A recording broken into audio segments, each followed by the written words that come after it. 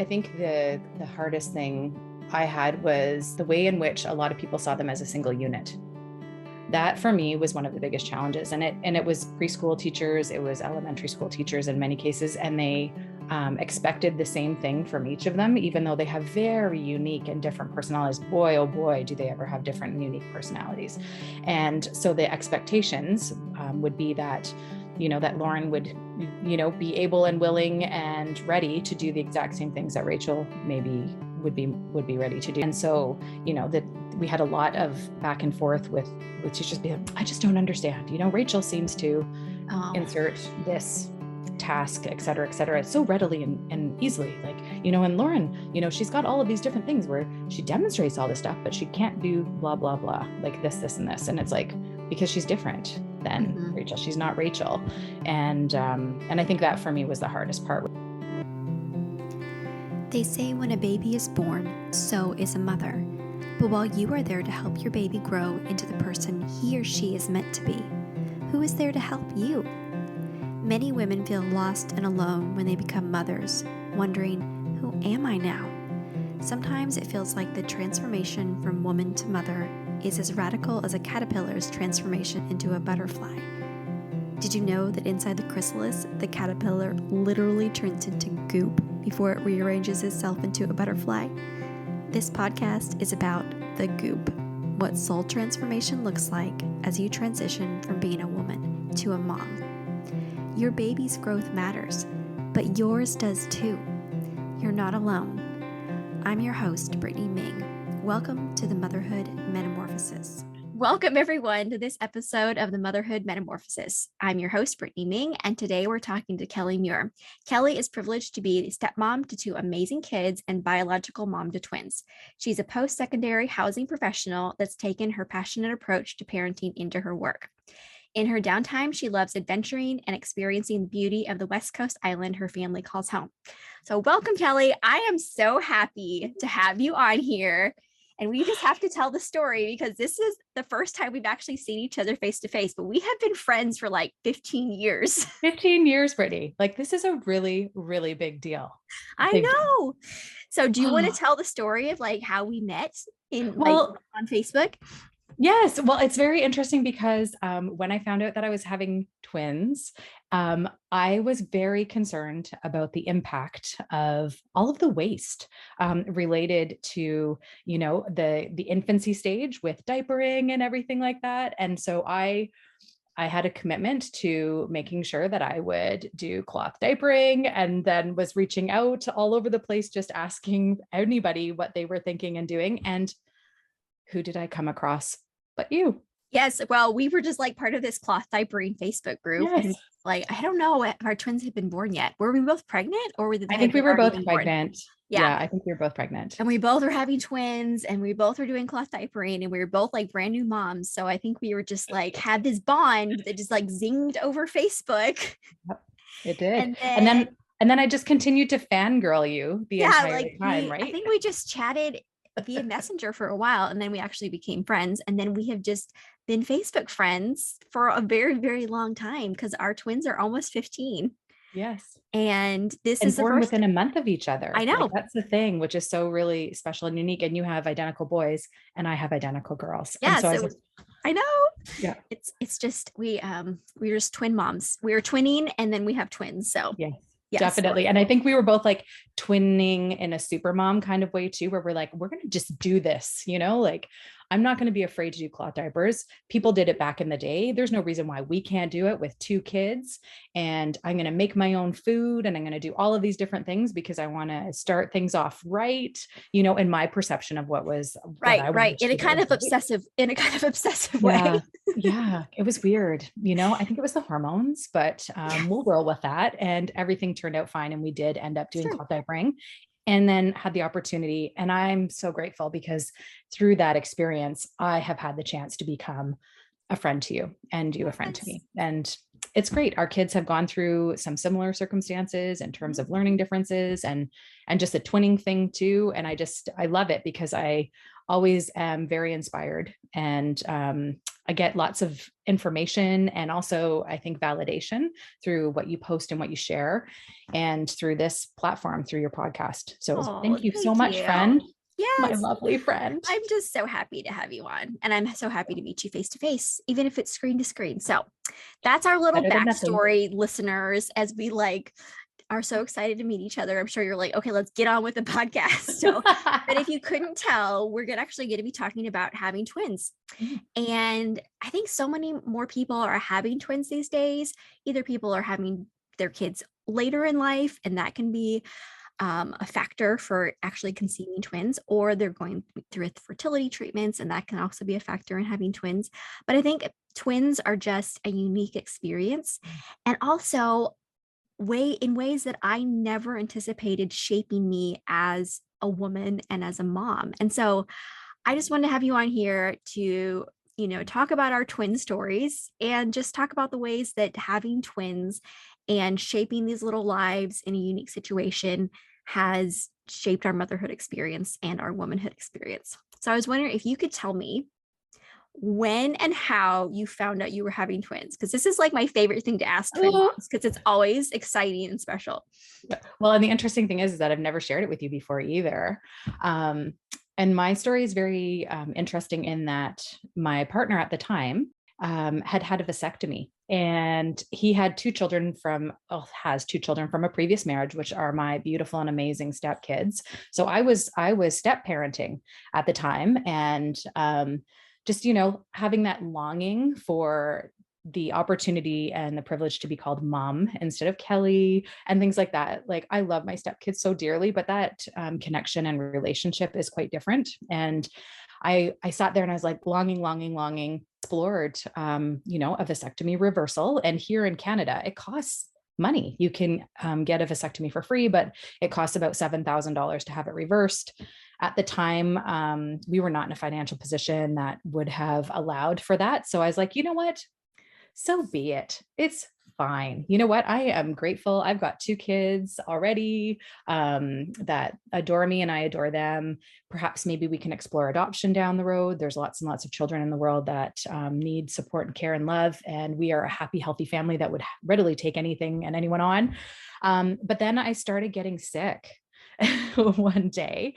And ironically, at the time, I was working at a tea house here in town that was staffed with psychics that do tea leaf readings. And one of the ladies that had worked there, she had told me, she's like, Kelly, because I talked about wanting to have kids. And she's like, Kelly, oh, good grief.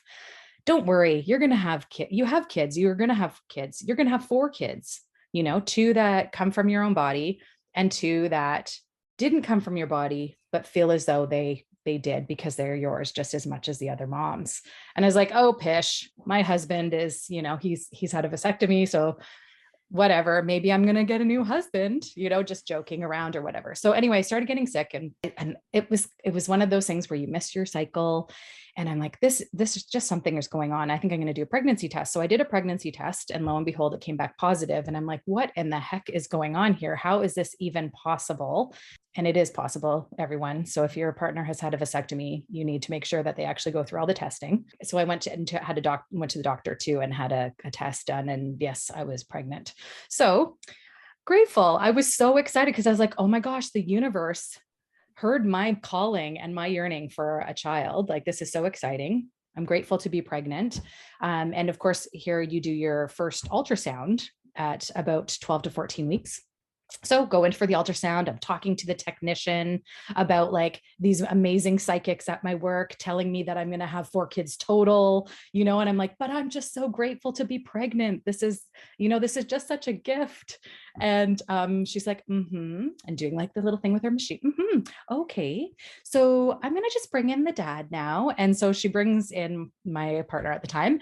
And she said, okay, so to start off with, I just really need to know where it is that you work. And I'm like, why do you need to know where I work?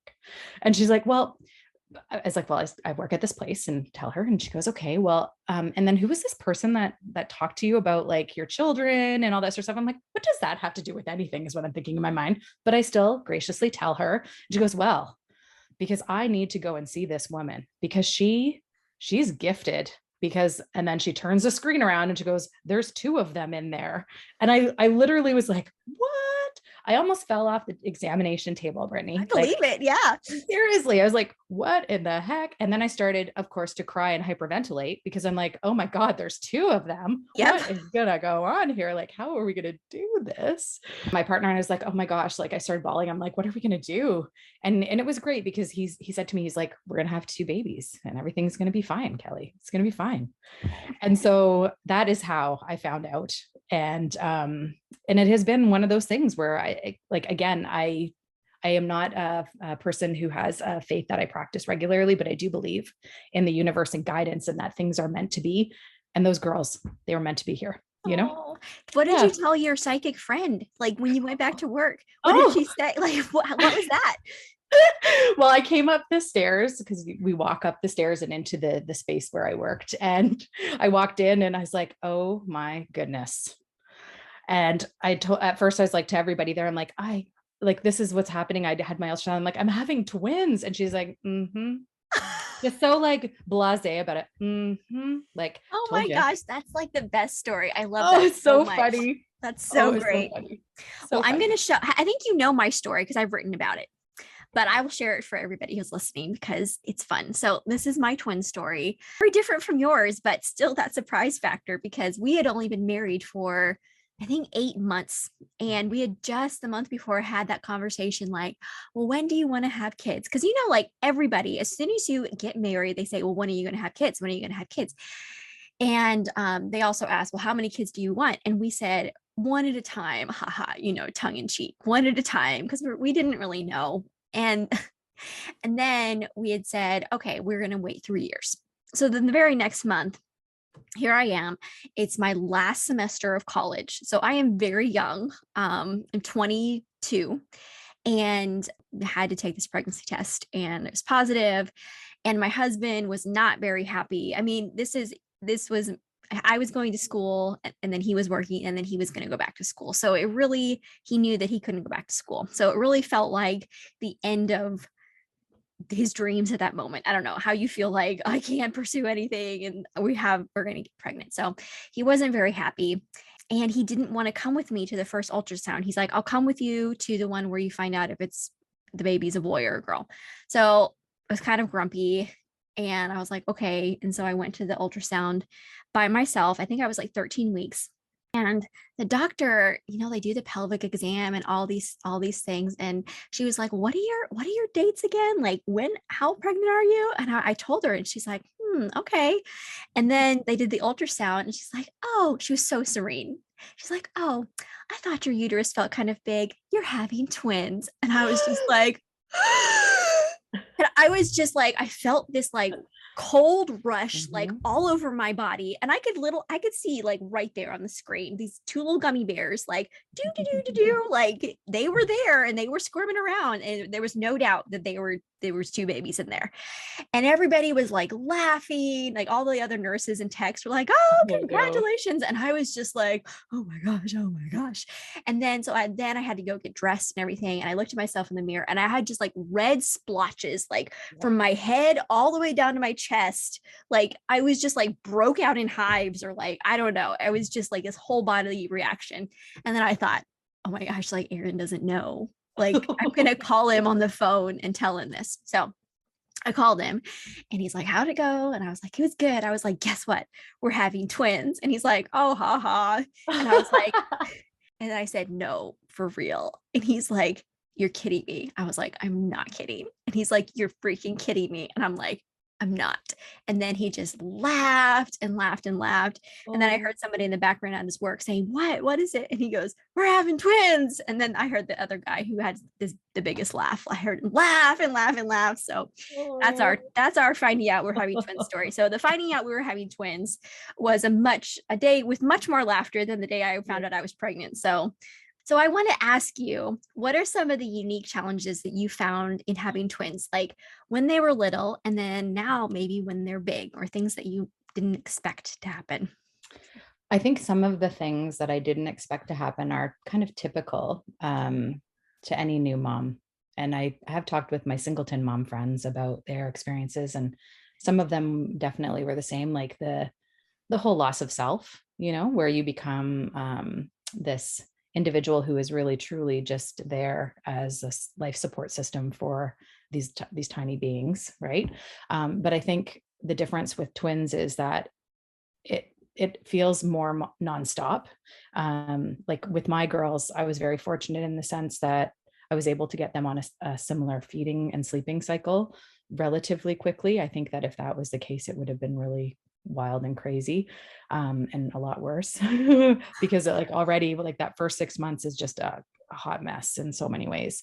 And so I think for me, like, it was that loss of self. I went from this person who individuals were like, oh my God, you're just like so beautiful and pregnant, and oh, you're having twins, oh, you're so fortunate, and oh, how lovely, and blah blah blah, to then suddenly the attention, and this sounds so selfish when I say it, but the attention went away from me immediately to them. So it was every time we went anywhere, it wasn't any more about me.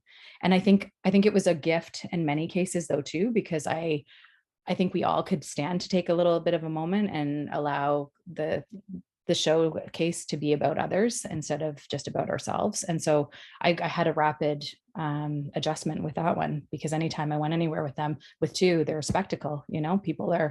People are really truly like, oh my gosh, there's two, and look at them, they look exactly the same. How do you tell them apart? You tell them apart.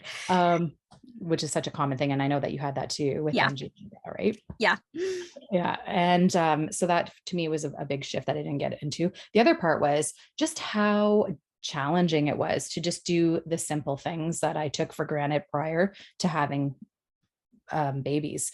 And again, this is something that single birth moms experience too, where you're like, okay, I've got to go get groceries. How do I get groceries with 2 car seats of kids?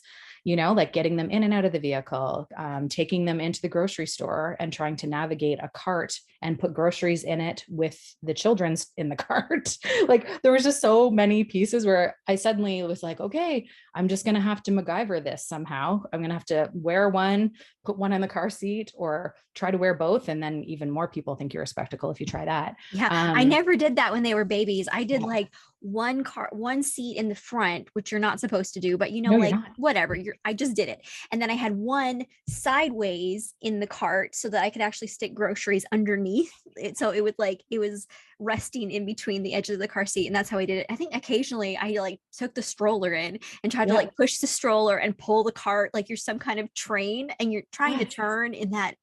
It was crazy, but it's so crazy. The other thing I think that I had the hugest struggle with was just managing the sheer volume of laundry, the stickiness, the changing development, like the developmental phases, and just being like, I don't even know what I'm doing right now, which again, I think singleton moms go through too, but it's just with 2, if one of them wasn't hitting it at the exact same time as the other, and you just be like, oh my gosh, like this is crazy. We just got through teething with this one, and then now the other one is up all night, So that was a big part of it. But I think one of the gifts though is that for all of the different challenges that maybe you face twice the amount of, you also get twice the amount of the amazing firsts.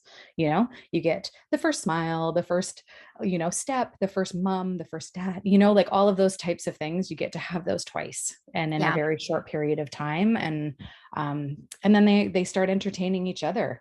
Like that was one of the things that I found was after 6 months, it was like they had really realized that there was this other person there now that they could really truly interact with.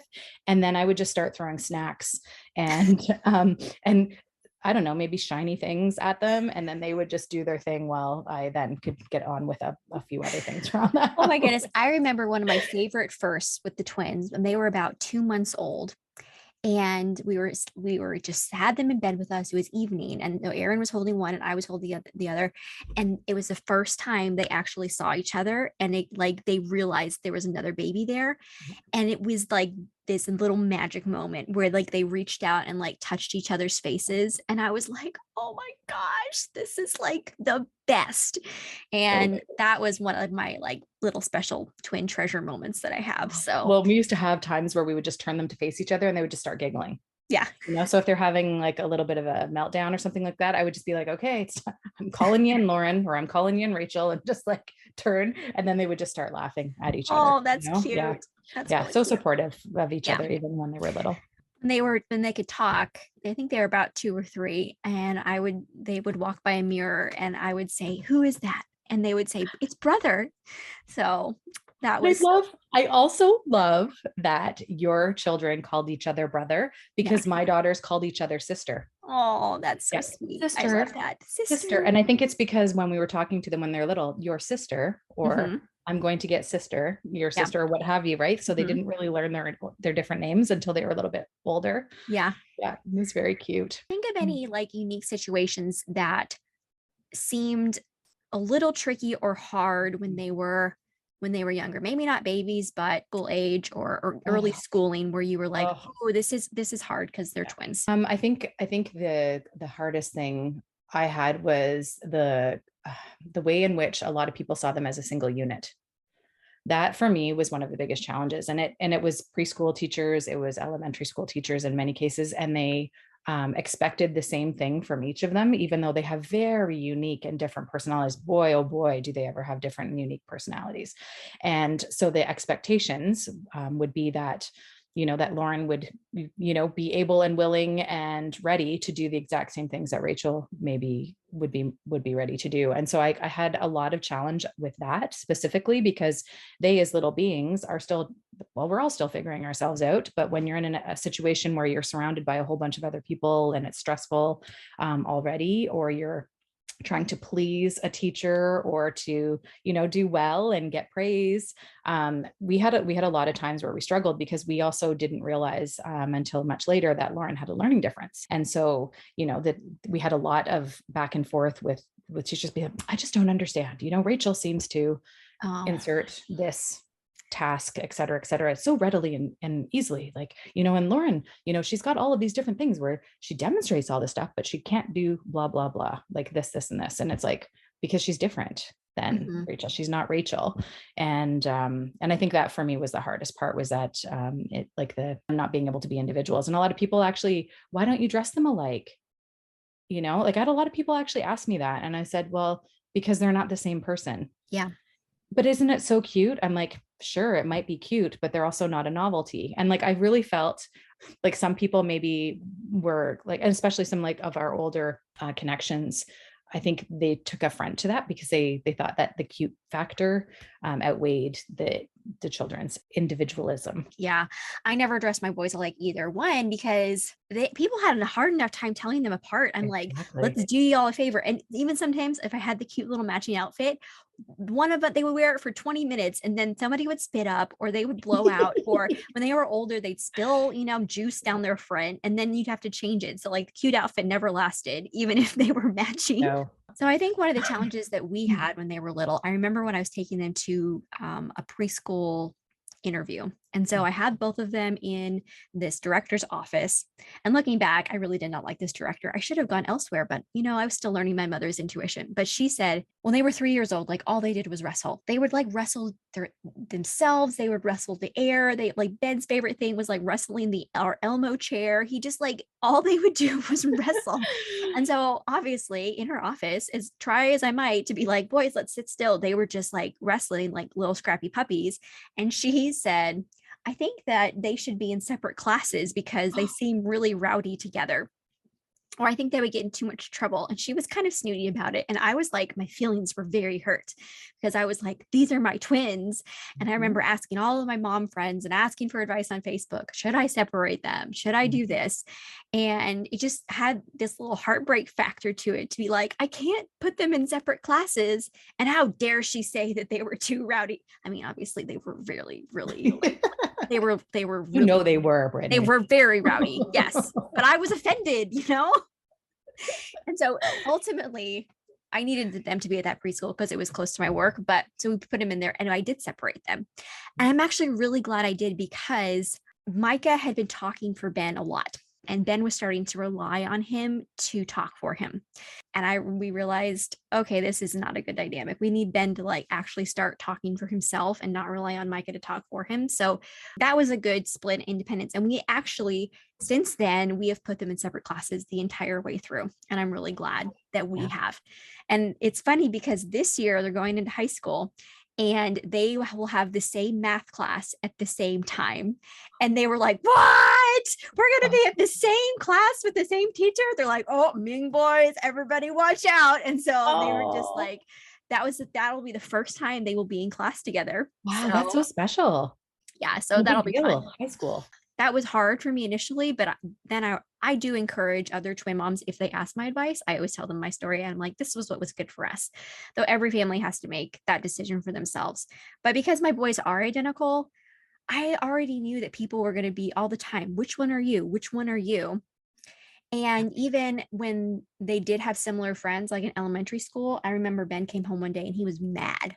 And I'm like, what's going on? And it turns out another kid had been calling him Micah on purpose and knew he was Ben, but he was trying to like get a rise out of him. And I was like, that made me so angry. I'm like, you do not call somebody by the wrong name just to make the other person mad. Like, it's just stripping away their identity. And so that just really, really pissed me off that some Oh, kids I would did have been that. so angry too. I'm grateful we haven't had that sort of challenge. I think that there's again like the whole overlap of individuals, that where friends and people at school and teachers again mistake them, but it's never been like that where it's been intentional. That's Yeah. hurtful. Yeah. That was only the one time. And I think the whole which one are you, that also bothers me too, because I know that they look alike, but I said, I don't know, there's just a better way to phrase that. And Mhm. I've encouraged people to say things like, I'm forgetting your name. Can you remind me? Because Mhm. they're not part of a unit. Like they're two individuals. And so just saying which one are you just makes them like you're only one half of a whole and I'm just need to get you straight, as opposed to like, can you remind me of your name? So they have their own little tells. They had this whole little speech when they were little. They go, I'm Micah, this is my twin brother Ben, he has a cowlick and I don't. And so like they had this Oh, whole little spiel that they had and that they would repeat, and it was really cute. no, well, Lauren has, or sorry, Rachel has a mole on her ankle that Lauren doesn't, Okay, did they point out Yeah. the mole to people? She did when she was younger. Yeah. Yeah, definitely. It's Not okay. anymore now because they both have really branched out into their own individualism as teenagers. Mhm. And Lauren has long hair, Rachel has short hair, Yeah. and so Ben it works out has really well. glasses now, and Yeah. Micah has reading glasses. So they both wear glasses at school, but we'll see. So Ben wears glasses all the time. Aw. But they're Well, when people get to know them, they're very, very different, and you can tell. But yeah, I just think all those unique things are things I didn't expect to happen. yeah. So we've talked about the twins. Let's talk about how raising twins has shaped our values and priorities as mothers and as women. Like, how has that shaped the way you see the world or your inner self? Yeah, I think it definitely has changed and shaped the way that I look at the world in terms of just focusing on that whole individual aspect. I think having that the girls, they were called the girls, and I sometimes like I still am like the girls, they get called the girls. But for me, I think like what it's done is it's really made me hyper focus on each of my kids. All four of them are unique individuals. And so that means also too, and I recognize this readily, that out in the world, everybody is a unique individual and they have different ways to be motivated. They have different ways that they learn. They have different ways that they interact with other people, different styles of communication. And so for me, I think it's really made me have to stop and pause and think in almost every interaction about that individual piece of, is this me putting my own expectation of how a person should respond or be, or am I allowing that individual to tell me or show me themselves? And so I think I've just had to be more creative, and it's impacted my work because I work with youth in a university setting. And I think it really has impacted me in a positive way in the relationships that I have, because I have to take the time and pause instead of just being reactive or responsive with them. I felt like we were in not explosion mode or like danger mode or like intensity mode for a really, really long time, but it was a lot. But I also was forced when they were little to not have to, like, I couldn't be responsive and reactive if both of them were crying. I couldn't address their issues as quickly as maybe I could if I only had one baby. So we had to pause. We had to take a breath. I had to be able to talk to the other baby while I was, working with her sister, So I think that that's shaped how I am in life now. Like I pause for a second and think, okay, I don't have to react or respond right away. I need to just take an approach and see and read perhaps from the individual what it is that they might need from me. I like So that. different. Yeah, so Yeah. different. I think for me, something that's been really challenging, but also good in that it shaped me is realizing that we all struggle in different ways and you can't compare. Like that comparison aspect is so like a knee-jerk reaction when you have twins, like with the milestones. You're like, oh, why isn't he walking yet? What is he gonna get a tooth? Like, what about this? Why isn't he talking? Like you can't help it. It's human nature to compare. But I know that when our twins started struggling in school, I remember one day they came home with homework. Maybe they were second grade. And Micah got his homework done really quickly. And he's like, I think he wanted Ben to play with him. And he said, come on, Ben, it's not hard. And Ben goes, he said, it's easy. And Ben just screamed, it is not easy for me. And I just remember that instance where Micah was saying, come on, it's easy. And Ben was just like lost his mind because he has learning, like you said, he has learning differences and he has an IEP at school and it is not easy for him. And so we've really had to emphasize with our boys, like you have challenges that your brother doesn't have, and you have gifts that your brother doesn't have. And it's not about being the same. It's about accepting each other for the gifts and the challenges that you have, and to be gracious and loving about the ways that we struggle. And so, really emphasizing that to them has been a work in progress and in growing their compassion, because it is easy to get frustrated with somebody who is the person you look at and you see that person in the mirror and you're like, well, why can't you do this? Like, you should be able to do this. I can. It's easy. And so realizing that like you guys are two different people and realizing that maybe your brother struggles in an area that you don't should not create disdain in you, but compassion. And so that is so Oh, hard. that's so hard. It's so, so hard. And it's also like I really love how, you talk about like the strengths, like, or like, and then challenges, because I have had with our kids too, the learning challenges. One of them, like Lauren has, and Rachel doesn't. And it's one of those ones where I've been like, okay, you know what we're going to do is we're going to focus on strengths. It's almost like strengths-based leadership, but in a housing, like in our home situation, where it's like, okay, we are all not going to be good and great at everything, but between all of us, we have something that we excel at, or that we're passionate about, or that we have as a strength. And so really focusing on those pieces, and then allowing the challenges not to be what define the individual. And I think that has been a difficult experience, in that oftentimes can be how maybe a school system defines an individual, rather than focusing on their strengths. And so trying to be able to be extra focused on shoring up and honoring and encouraging those strengths at home and in the family unit, and focusing on them. So then there's that extra emphasis on it.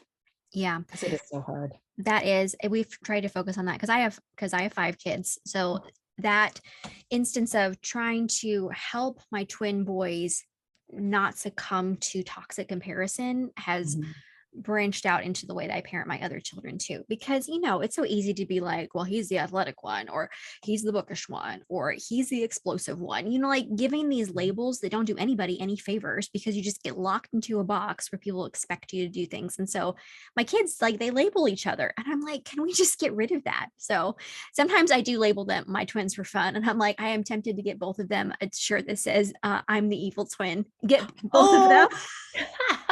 And just have them both wear it at the same time. I think of another instance that has really shaped me as a mother and what I value as far as my twins go. And it also had to do with school. I feel like school is a thing that keeps coming up, but Ben was really struggling in school one year, and we had made a decision as a couple and with his teachers and special education team that we were going to hold him back. And because he just needed an extra year in this grade. So as the summer progressed and we were coming up to the next year, it was actually when Micah was going to be going to middle school and Ben was going to be still repeating a grade. And as that came closer and closer, even though like I had felt at peace when we had made that decision, as it was like 2 weeks out from school starting, I had like complete emotional breakdown over this. And I'm like, I cannot separate them. Like, I cannot have one twin going to high school and the other twin staying in middle school. I cannot have one twin graduating and the other twin like clapping in the audience. Like, I cannot do that. And because he has an IEP, like we could you enlarge his IEP to say like, okay, these are the accommodations that we're going to use to move you forward, even though you are experiencing significant challenges at this time. And so I just remember my husband and I talking about it again. And I told him, I'm like, I have to preserve their relationship. Like, that is the most important thing to me. Mm-hmm. And I was like, school be damned. And it wasn't that I didn't want him to struggle in school, because I knew he was going to get the support he needed. But I was like, it doesn't matter to me if he gets C's or D's, but like what matters to me is that they have that bond and they move forward in life together. Because I could see that there could be that resentment. I could see that one of them would be seen as like the smart one and the other one seen as the dumb one. You know, I could see that people would come up to them and say like, wait a minute, I thought you and your brother were twins. Like, why is he in the grade below you? And I was like, I cannot introduce that dynamic in their relationship, because this relationship that they have is precious. And I, as their mother, like, I have to preserve that. And so that was something that I said, my value here is not school and, you know, getting straight A's, even if you have like one more year in a repeated grade to like bring your grades up. My priority is this relationship. And so I did. I moved him forward. Oh my gosh, that kid, like, that was so hard. It would be so hard. Yeah. Oh, and just because again, like I think we also have this external pressure too, that we have that's placed on us, that they have to be able to do all of these different things at us. Just like you had said earlier, like when we got married, people are like, when are you having kids? It's like there's this recipe for life that society around us tells us has to happen a certain way. It's the same thing with our kids. I know that we've talked a lot about creating individualism for our twins. Yeah. And so, but there's also that piece of like preserving that twin, that special bond and that special relationship. And I think that that tension in between is one of the most unique aspects of having twins. That's an aspect I know that has shaped my values as far as what I want for them in their life and in their future. So I share that one. I share that one too, because I think, you know, there's a reason why the two of them came together. Mm-hmm. You know, they came together to be able to be supportive of each other. And some days they don't like each other very much, you know, well, that's not true. My kids get along really, really, really well, but they like their space from each other. And at the end of the day, they always do come back together and they love each other. But I feel like I think it's my job to make sure that that relationship is solid and sound, and that I can see when they need breaks from each other and that I honor that. I also used to, when they were younger, just because of efficiency, I put them in a lot of things together because I was like, oh golly, I can't get around to like 8 million different activities. So I put them in a lot of things together when they were younger, but then as they got older now and have started demonstrating that they really appreciate different things, have now focused on that they do different things together. But the most interesting thing of all that just happened this year is that they've decided together that they want to do one activity together. They want to do volleyball together. And and Rachel, she's an avid climber. She loves to do rock climbing and things like that. And she's always, do you want to come? You can come and climb too, you know, and everything like that. So they're really, I think, also focused on that relationship. That's really special. I love seeing that. I think that's one of the most, like, from that first moment where they discovered each other when they were like teeny tiny babies till now, I think that is one of the most beautiful things about having twins, is seeing that relationship grow together. And it's just unique from any other sibling relationship that I see in our family, because there's a lot of sibling relationships going on. There are in yours. Yeah.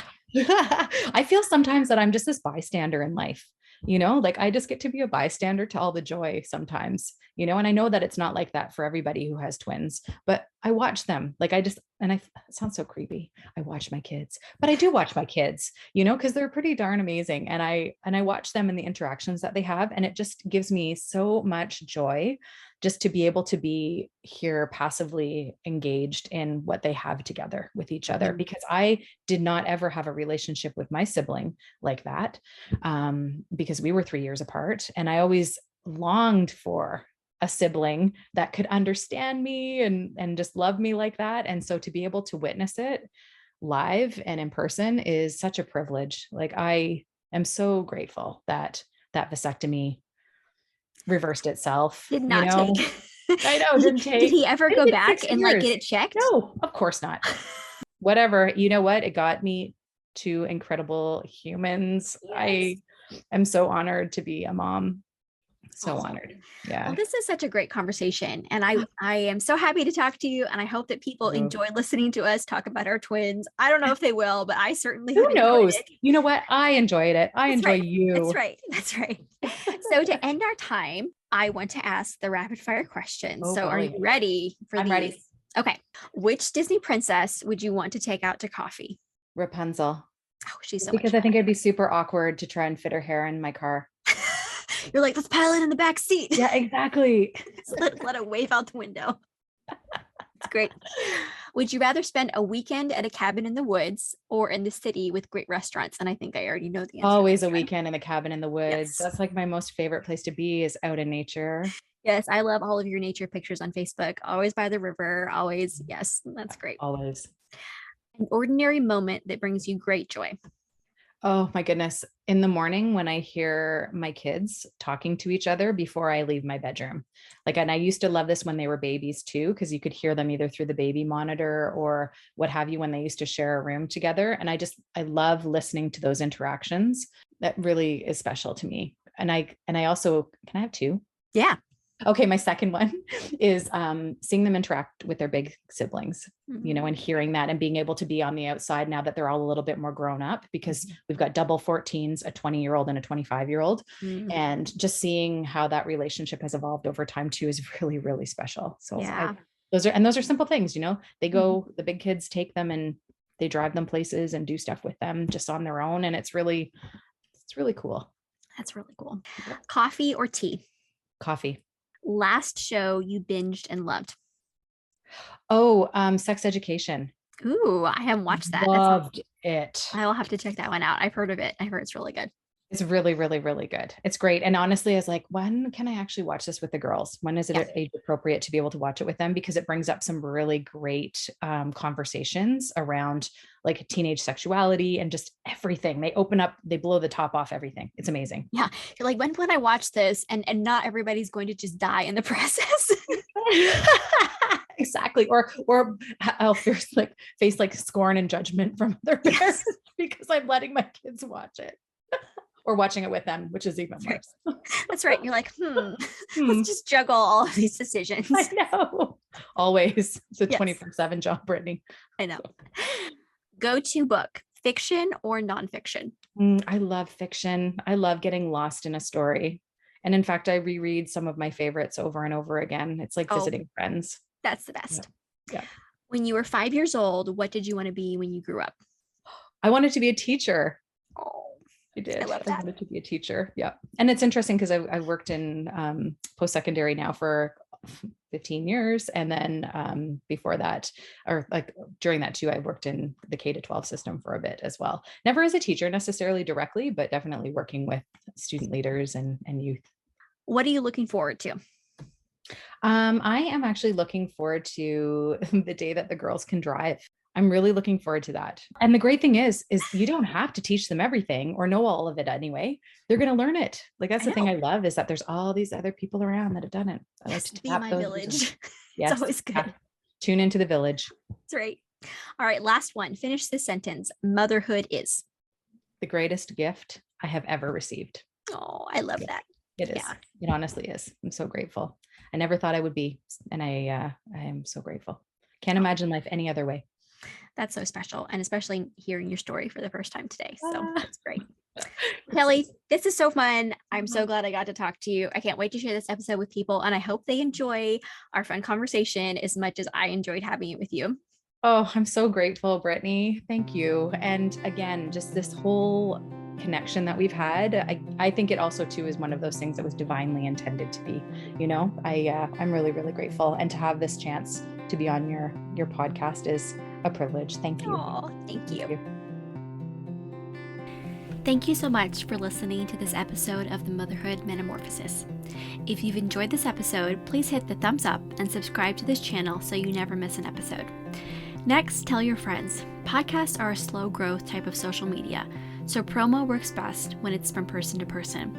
If you know another mom who's in the goop right now, send her a text of encouragement and the link to the episode that is speaking to your heart right now. If you have a story about your own matrescence, the physical, emotional, hormonal, and social transition that occurs when someone becomes a mother, please leave a comment below. I want this channel to be a place where women can build community about the challenges and joys of their own motherhood metamorphosis. Thank you so much for listening today. I hope it encouraged you and gave you some good food for thought. If you ever have any questions, comments, or you'd like to reach out to me personally, you can email me at brittanyaming@gmail.com.